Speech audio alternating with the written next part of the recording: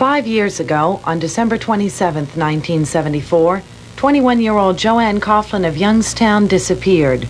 That night, she apparently met her fate, and tonight, 5 years later, the Coughlin family is still searching for answers and something called justice.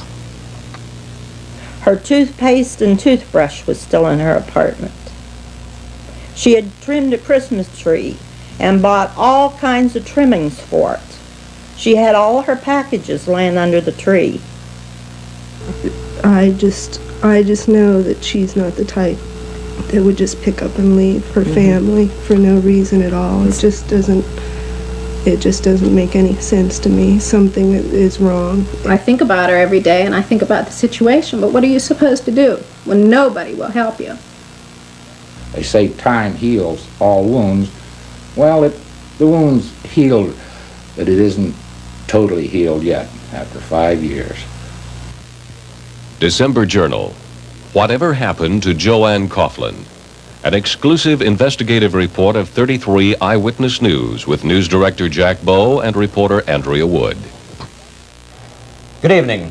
Tonight we look back exactly 5 years ago to December 27th, 1974. That's the day Joanne Coughlin of Youngstown disappeared. From the time of Joanne's disappearance first became public knowledge, reporter Andrea Wood has been following that case. Tonight we'll report some of her findings. Jack, as time continues to pass, it becomes more and more apparent that the police probe into Joanne's disappearance is riddled with inconsistencies, discrepancies, and clues that were never fully pursued. For the Coughlin family, the lack of criminal prosecutions is a bitter pill that they still refuse to swallow. The last time the Coughlins saw Joanne was Christmas Day, 1974. Well, we were all together. We went over to Ruth's for dinner. That's my other daughter. And when we got there, Joanne was already there. And she come and she gave me a kiss. And we all had a nice big meal, and everybody was eating and laughing and joking. Mrs. Johanna Coughlin, her husband Lyshin, and their daughters Louise and Mary Jane all remember having a good time Christmas Day 1974. A close-knit family, the Coughlins saw each other often. And then after we all opened our gifts and everything, why then we started to play Tripoli. We played till about 1:30 that night. And she started packing up some of her Christmas gifts to take with her, and she says, I have to go to work tomorrow. And I says, oh, do you have to work tomorrow? And she said yes, and she packed all her things and she went. The next day, Thursday, December 26th, Joanne Coughlin reported to work at the Thoroughfare Distribution Center in Austintown, where she was employed as a Kelly girl. On Friday, December 27th, the day she disappeared, Joanne's friends at work noticed nothing unusual. She seemed happy as she talked about her plans for Friday night. She had said that she wanted to go to the health spa. She was excited. She had taken a membership at the health spa. And right after work, she was going to go there for her first visit, I believe. And she asked me if I wanted to go also, but I told her I had different plans at home, and I just turned her down and didn't go. After leaving work, Joanne Coughlin went downtown to do some shopping. She bought a blanket for her bed, mailed her life insurance premium, and met a friend, Greta Schultz, who lived in the same apartment building. It was on the day that she disappeared. It was around 4 o'clock. She came into my office, and she was meeting my daughter down here, and they had some things to discuss. So they made arrangements here in this office that she was going to go to the health spa, and then she was going to meet her boyfriend. And after that, she would come back to the apartment, and Greta and her were going to go to a party. And I believe she called from the downtown Strauss and said that she would meet me at my house early that evening. This was late afternoon that she called, and she said that she would meet me after she went to the European Health Spa in Boardman. She was to meet me, and then we were going to go out to the Southern Park Mall for a movie. She didn't show up. By Sunday, the word was out. No one had seen or heard from Joanne, and everyone was praying that she would show up the next day at work. It was really weird. I was waiting on Joanne, and she was late. Well, of course, she didn't come to work, but about 9 o'clock, I guess, her mother called and asked me if I'd seen Joanne, if I'd heard from Joanne, and I said no. And then about 10 minutes later, a girlfriend called and asked about her, and I said no. And then her boyfriend called. And so it was just, you know, there was a lot of people calling, and I was just saying I hadn't heard from her and asking what was going on. And pretty soon everybody in the office was talking about her not coming to work and wondering where she was. It was pretty confusing. Were you worried? Yes, I was really worried because I thought she kept pretty close contact with her mother. And That day, Monday, December 30th, a distraught Mrs. Coughlin filed a missing persons report with the Youngstown Police Department. She was told it would take 48 hours before the police could begin investigating the case. Joanne's family and friends became angry that no one was looking into what had happened, so Joanne's boyfriend decided to take action. Called up the European Health Spa and asked them if she had been there, and they said yes, indeed, that night she had been there. And I went out and looked around the parking lot, looked around the grounds, drove around the Boardman Plaza, had friends of mine, legions of friends of mine, drive all over Mahoney County looking for the car. And Pollock found no trace of Joanne Coughlin or her car. And in the days immediately following Joanne's disappearance, the Coughlin family found no one in authority willing to listen. Everybody kept insisting that no foul play was involved in the case. And that Joanne was 21, that she ran away. That's what everybody kept insisting. I think maybe that's why the case went so cold. They really didn't take it seriously right from the beginning. Her little suitcase was missing, and her hair dryer, and her swimming suit, everything that you would take to the spa.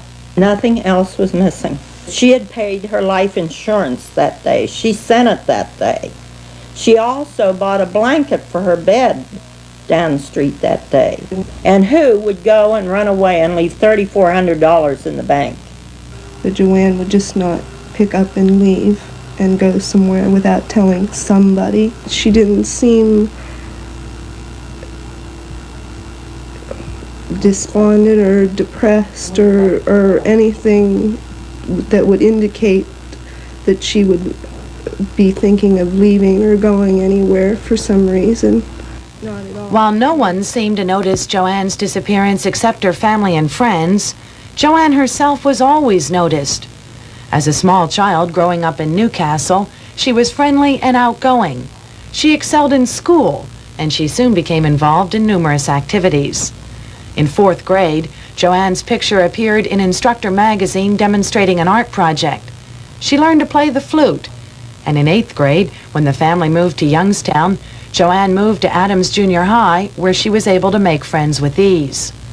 At Wilson High School, Joanne was nominated to the homecoming court, and she was voted co-captain of the majorettes. She joined the concert choir, the senior girls ensemble, and the National Honor Society. She became a member of Wilson's drama circle, and she started looking towards the theater for expression.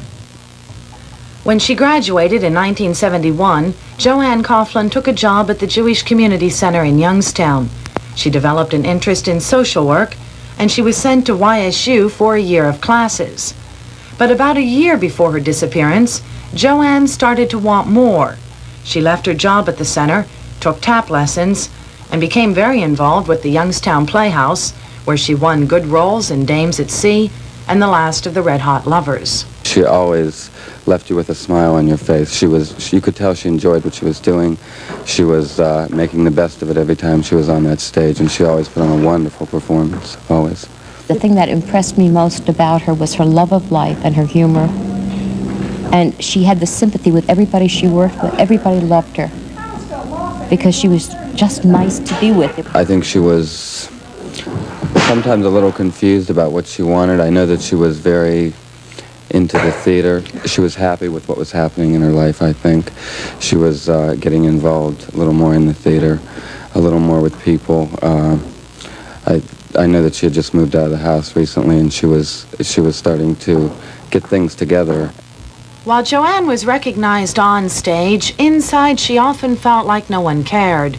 Her close friends say a broken romance took its toll on her ego. She started to date a married man, and as she got to know him, she found out he had a past habit for heroin. Unbeknownst to her family, Joanne soon became acquainted with the local drug element, and her old friends started to break away. She seemed to be on what she saw as an exciting adventure, and she became intrigued with the other side of life. 2 months before her disappearance, Joanne played one of the strippers in Gypsy. She received good reviews, and she began to have confidence in her abilities. By Thanksgiving of 1974, Joanne Coughlin had apparently grown tired of the nightlife and her new rough crowd. She started dating former WHOT news reporter Dave Pollock. She felt good about their relationship. She seemed to be putting her feet back on the ground, and she was pulling away from the underground. Believing that things were going good for her daughter, Mrs. Coughlin could not accept that Joanne dropped out. She worried something happened to Joanne because she had recently received a large traffic accident settlement check, so Mrs. Coughlin decided to alert bank officials to her daughter's disappearance. On December 30th, 1974, Mrs. Coughlin called the Struthers branch of the Mahoning National Bank, where Joanne had a $3,400 savings account. And the next day, New Year's Eve, her mother's intuition proved right. A young woman drove up to the Mahoning Bank on Midlothian Boulevard in Boardman and tried to withdraw $800 from Joanne's account. The teller asked the imposter to come inside and call her mother. The woman promised she would call once she got to Florida. The teller then said the woman would have to go to the Struthers branch to withdraw Joanne's money. She never did. The bank manager assumed it was a family problem, but when he saw Joanne's picture in the paper with a plea from her parents, he too realized something was wrong. The manager up the bank here didn't call me for 7 days afterwards to tell me about it. And he called me in and he says, "Is this Joanne's writing?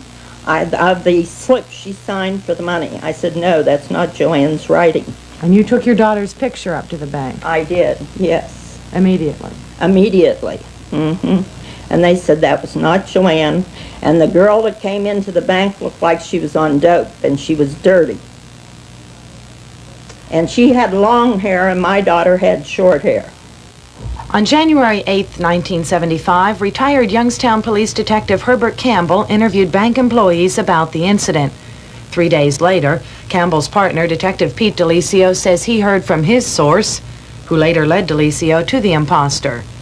The woman told police she got the bank book from 2 men who waited at the Point Market while she tried to withdraw the money. The 2 suspects the woman named were brought in for questioning, then released. Neither the woman nor the suspects she implicated were ever charged. One day I called for Detective Campbell to come in here. I said, and he says, "Oh, I don't have time to come in today to talk to you." I says, "Well, I'm having that girl arrested today. Ask my husband, he was here within a half hour. And he begged me not to have that girl arrested." And I says, "Well, I'm going to." Him and Lyshan both had to talk me out of it. I says, "I'm going to." And he says, "Please, Mrs. Coughlin, don't do that." He said they would like to keep her in the background, so if they found anything on those 2 boys she named, that they could bring her in as a witness. Well, I could never figure out why they couldn't bring her in as a witness and bring those guys in, just as she named them. But they said this would endanger her life. Well, how about my daughter's life? December Journal will continue. As late as last year, Youngstown Police Detective Pete DeLisio maintained he was not totally convinced anything had happened to Joanne Coughlin, even though the woman who posed as Joanne told police she got her bank book from Robert Shugart and Howard Rodriguez, 2 known figures in the local drug scene. Interviewed at his Poland Township restaurant, DeLisio defended the decision not to prosecute the woman for attempted bank fraud in terms of a calculated gamble. She was an informant as far as this case was. I couldn't say that she was an informant in the past. I could only say that another detective gave her name to me and said that he's been working with her. At the time police were looking into Joanne Coughlin's disappearance, the suspects the woman named, Shugart and Rodriguez, were already suspected of having knowledge about strange happenings within the drug underground. Well, Shugart's name was readily thrown about with the Gaudios and other sources of very good, the Alexander, Whibley, Lamb, you name them, their names were thrown in there. But Good, Alexander, Whibley, and Lamb were all murdered between October of 1973 and the end of 1975. Joanne Coughlin disappeared December 27th, 1974. John Robeck of Boardman also came up missing during that time, while Philip Maynor and Jeffrey Landau of Liberty came up dead. All of the victims were said to have had loose tongues or were found out to be police informants. Each killing is believed to be connected cases of retribution, and in many of the crimes, of which one is only officially solved, Robert Shugart's name has been mentioned. his name has been coming up as possibly involved in a number of murders. But there was nothing that I could prove or any other police officer in the outlying districts can prove that he is the actual trigger man on any killing. He is a suspected individual involved in it, but I cannot be emphatic and say that he is. Rodriguez, all I could tell you about Rodriguez is that where he lived there was an intensive narcotics investigation going on at a particular time. It is likely that Joanne Coughlin may have met Shugart and or Rodriguez. Both men were known to her former boyfriend. Joanne had once gone to a party at Jeffrey Landau's apartment, and Landau was killed just 18 days after Joanne disappeared. Shugart told police Rodriguez lifted Joanne's belongings from a drug party in Warren. We contacted the Warren Police Department Narcotics Division. They couldn't ascertain what went on, if there was, in fact, a party. And the only people that said that there was a party were the same people who were caught with Joanne's belongings. That is correct. So in essence, they just could have been covering themselves. That is a possibility also. Do you think they were? Well, at the time, no. I thought sincerely that there was a party, and this is where they did ascertain her objects. Police relied on the so-called party in Warren to explain why they thought Joanne Coughlin probably decided to drop out. Minus her body or any physical evidence, and with the decision to forego prosecution on the bank incident, the investigation reached a dead end. That is, until the end of February 1975, when a call was made to WBBW's Dan Ryan show. Okay, we're back in action at 11 minutes now past the hour of 10. Good morning, you're on the air. I know that he has a large audience, so I did call Dan Ryan quite a few times. And the first couple times I called, I'd give the information about the car, what color it was, the license number, which I had that information at that time. And he did receive one call from a man that said he had heard about a girl screaming on the Villa Maria Road. The caller, George Vaporides of Lowellville, was responding to Mrs. Coughlin's announcement of a $500 reward. Vaporides reported that the incident took place around Christmas time on a dead-end road off Villa Marie Road, straddling the Ohio-Pennsylvania line. It is at this point that more discrepancies appear in the investigation. I went out, Detective Campbell was off, on his day off, and I went out there and I spoke to, that was on March 4th, 1975. I was out near the convent out there on Villa Marie Road, and I spoke to 5 different families, and they couldn't put anything solid as to there was a girl screaming there. We asked who was home. We asked for their assistance, and they were not able to. They were in a position they would have heard a female screaming outside, but they didn't. What would you say if I told you I talked to those same people and they told me that they did witness a screaming woman? They not only heard her, they saw her being dragged from a car. That is true, there was, but they couldn't say that this was Joanne Coughlin. This could have been another incident. They told you that they did see something. Right. They'd seen an automobile, they'd seen a girl scream, heard a girl screaming, but there was none that, this came up later from another source, but we were never able to ascertain that this was Joanne Coughlin. I was able to ascertain that the incident happened at 10 p.m. on December 27th, 1974. Would that lead you to think that it might have been Joanne Coughlin? What date? December 27th, the same date she was last seen. Well, that's possible, but... Although Delisio claimed the Villa Marie lead was inconclusive, he still had a few nearby quarries searched, looking for Joanne's car and possibly her body. Fearing her daughter would never be found, Mrs. Coughlin contacted the National Enquirer, a psychic, County Prosecutor Gil Martin, former Congressman Carney, a city councilman, and the Federal Bureau of Investigation. Each time she was told that nothing could be done. A year and a half after Joanne had been gone, her mother persuaded Boardman police to look into the case, since Joanne was last seen at a township health spa. Detectives George Statler and John Rosensteel quickly determined the trail did lead to Villa Marie Road. When we first went out there, we talked to two individuals that were related. They saw a car and what they believed to be either a pickup or a van.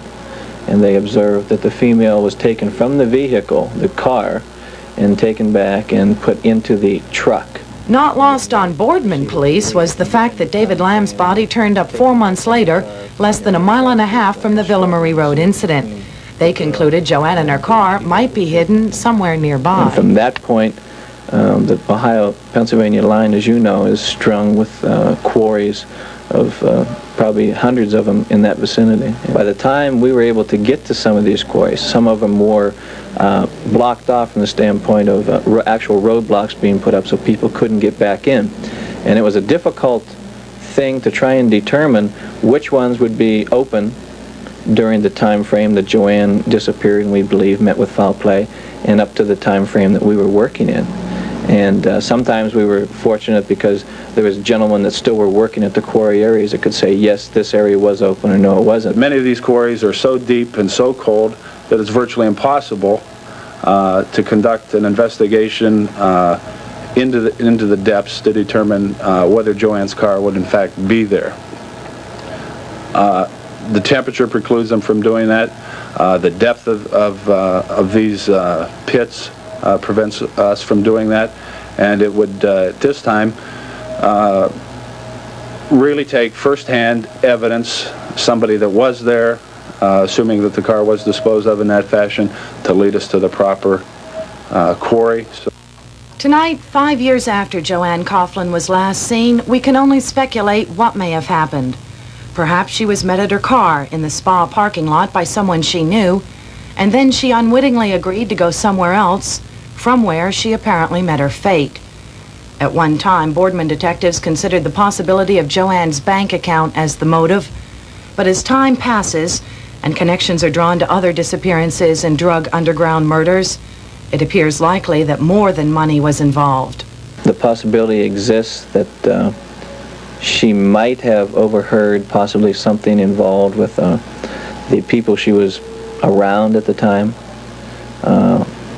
Also, the possibility exists that she might have been felt that she was giving information to a local police agency. The possibility of narcotics transactions has always come up from the standpoint of overhearing something, knowing something about certain individuals, being with some of the people she associated with.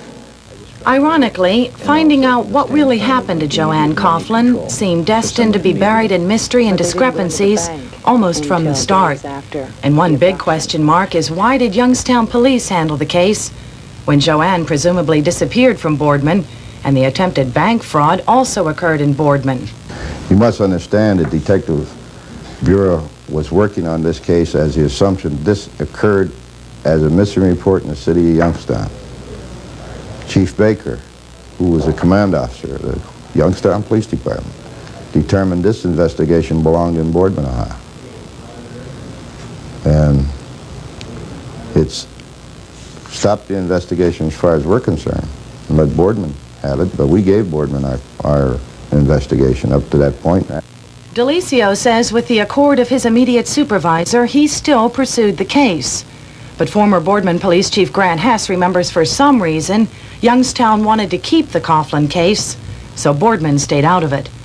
It was not until June of 1976 when the family requested assistance, the Boardman detectives started looking into Joanne's disappearance.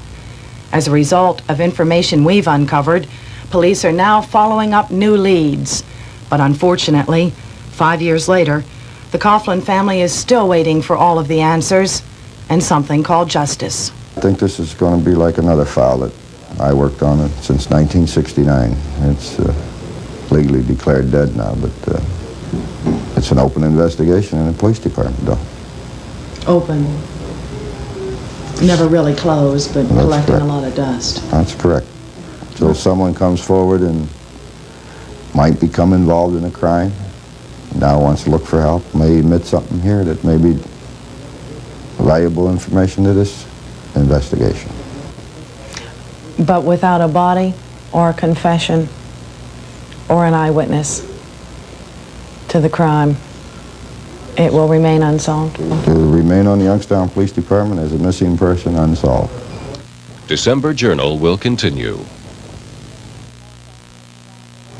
There are many more questions about the way the police handled the investigation into the disappearance of Joanne Coughlin.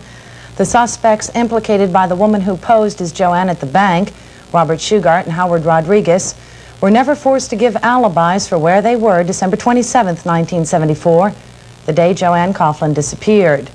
In addition, police never looked into Joanne's former boyfriend's connections. Matter of fact, we had to tell police that he used to live in the same building as where they found Robert Shugart when they brought him in for questioning. After it was apparent that the decision not to prosecute the woman who posed as Joanne would not produce any additional information, neither the woman nor the suspects, Shugart or Rodriguez, were ever brought in for questioning again. The statute of limitations on the attempted bank fraud expires in just 1 year. Now, Andrea, the names of Shugart and Rodriguez keeps coming up in the investigation. Where are they now? Both men are now in prison. They are doing time for crimes that Youngstown police say they used as pressure points in order to get more information out of them about what may have happened to Joanne Coughlin. The family has gone through this now for 5 years exactly. Uncertainty, not knowing the frustrations involved in the investigation. What are their feelings right now? Well, they're a very strong family. They want to know the truth more than anything else. They accept Joanne's disappearance as her untimely death, but they say they can never accept the fact that whoever apparently killed Joanne is still getting away with it. Now, is the investigation still going on? Very much alive. We've produced some leads which police are now checking into. We also urge anyone who might have any sort of information, no matter how inconsequential you think it is, to please contact the Boardman Police Department. It will be followed up on, and we will continue our investigation. Yes, we do have new information. We will be following up on that, and we will air that information and the developments in the Coughlin case as it happens.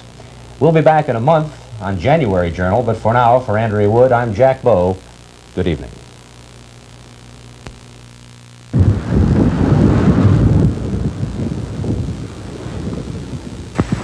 I had the sneaky feeling that something was sadly amiss. I said, I think the car's in the quarry and Joe's in the quarry. That was my first words to my wife. She asked me, and that's what I told her.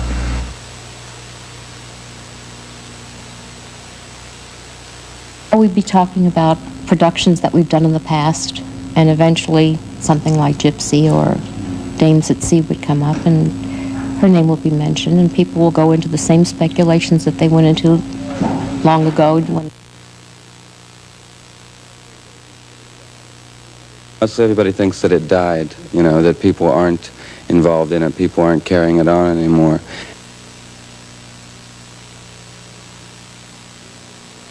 After they got the proof that the girl had Joanne's bank book and charge cards and forged it, I assumed after that things would take off from there, but it never did. And this girl still walks the streets.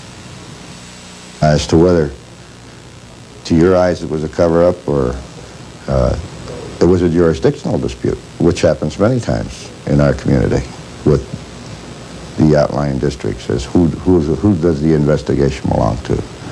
But with Chief Terlesky's approval, we continue to this investigation in hopes that we would be able to come to some type of conclusion. And we were just not able to. December Journal is a presentation of 33 Eyewitness News. Journal will return in January.